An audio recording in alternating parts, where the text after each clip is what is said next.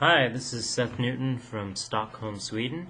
I'm going to demonstrate today compressing a drum loop using Ableton Live 8, and we're going to fiddle with the parameters a little bit and listen to how it sounds based on different parameters.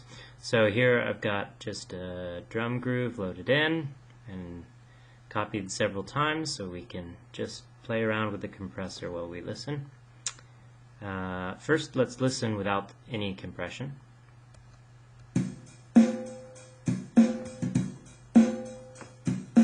Turn it up.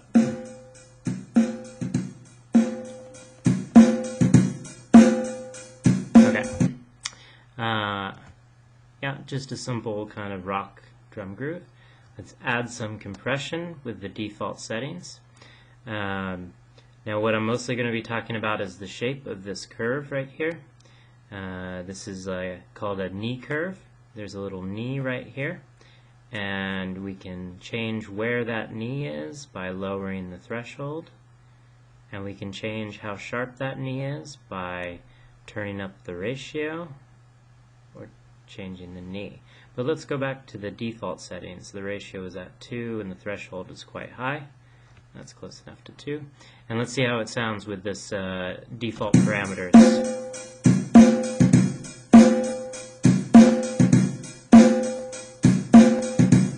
Okay, I think it sounds very similar with these parameters. You don't hear too much compression. Let's hear it again. And let's lower the threshold.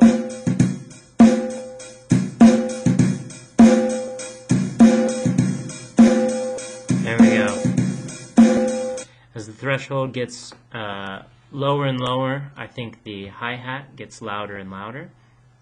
And the bass drum and snare have a bit of a different sound. I think they get a little lower sounds. You get these lower tones really coming out. They're not as compressed as much as the higher tones. Okay, so maybe we want to set the threshold somewhere in the middle here. Now let's play with the ratio, see how that sounds.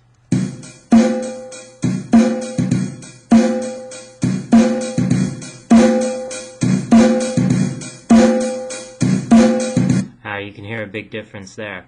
The hi-hats gets even louder because they're not being as compressed as much. I think they're down in this range, whereas the bass and snare are up here and they're really being compressed.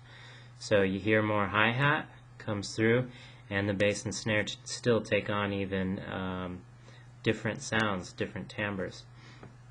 Now let's maybe we want to make this knee a little softer so it's more of a curve rather than a sharp.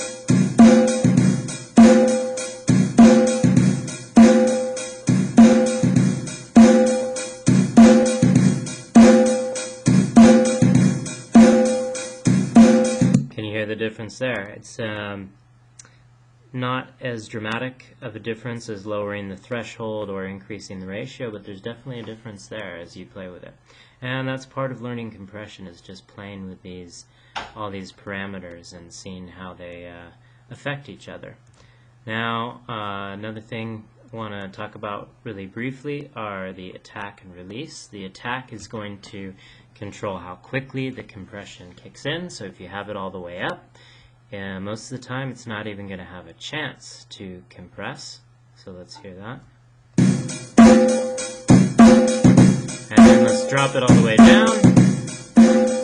And now it's really compressing. So maybe we want to keep it somewhere in 50 milliseconds or so.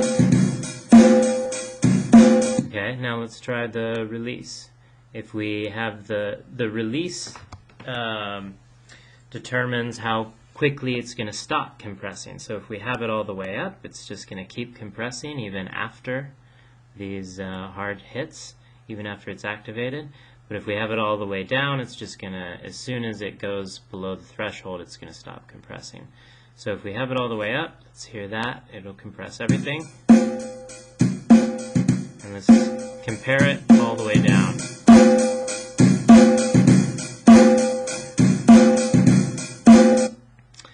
And those are the main parameters for using compression on drums. Usually it's an adjustment of threshold, ratio, attack and release, and if you really want to, you can mess with the curvature of the knee. If I had more time, I would talk about the peak and the RMS, but that's a different video. Thanks for listening.